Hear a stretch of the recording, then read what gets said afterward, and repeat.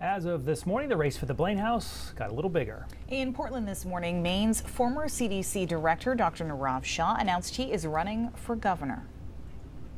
I stand before you today to announce that I am running to be the next governor of Maine. Dr. Shah is running as a Democrat, joining half a dozen other contenders for the primary ballot. He's well known for his leadership during the COVID-19 pandemic.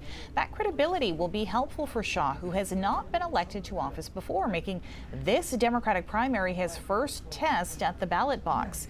Shah is entering a crowded race. Hannah Pingree, Shenna Bellows, Troy Jackson, and Angus King III are all running, making name recognition a commodity, not a rare asset in this Democratic primary. Shah, a lawyer, economist, and medical doctor, says the focus of his campaign is on helping the Maine people, where he says they are struggling the most right now. We will, under my administration, feed kids, fix housing, fund healthcare, and fuel growth. Yes. Shah's first day on the campaign has included a lot of time on the road. His first stop was in Portland, where he announced his candidacy. He then drove to Lewiston and Waterville, where he had walk-in talks with the mayors of both cities. Now he's in Brunswick. We have a crew on the way there. We'll bring you live reports throughout the evening. More analysis on this now. Political Brew host Phil Hirschkorn joining us live at the desk at 4 o'clock today. So you attended that announcement this morning with Dr. Shah announcing his run for candidacy. You also interviewed him one-on-one ahead of this announcement. That's right. What is he sharing with you about the rationale for taking this approach to run? Well, in the interview and also in his speech to about a room of 50 supporters, he really emphasized what everyone calls the affordability crisis, whether that's housing or heating oil. For instance, he's proposing to help Mainers pay for their down payment on a home.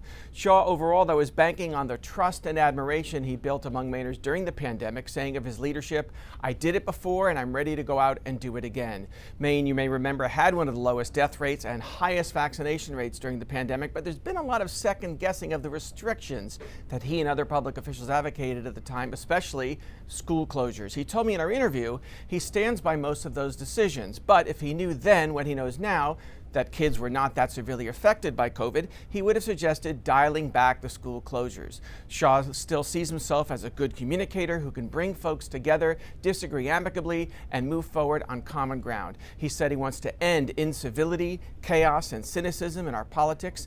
And because most of us saw him in a nonpartisan light until now, I asked him in the interview, what makes him a Democrat? That is, to me, what it means to be the essence of a Democrat, to care about other people and make sure that we're providing for them. Even if that means when times are tough, we all have to dig a little bit deeper, that we're ultimately caring for other people. Whether that's through social services, whether that's rights like reproductive access, or whether that's pushing back against the creeping authoritarianism that we are seeing, those to me are the core values of what it means to be a Democrat right now, and that's why I'm proud to be running as a Democrat. And as a Democrat, Shaw called out President Trump and threats to democracy. Shaw saying, if Trump's authoritarians come from Maine or Mainers, they'll have to go through me.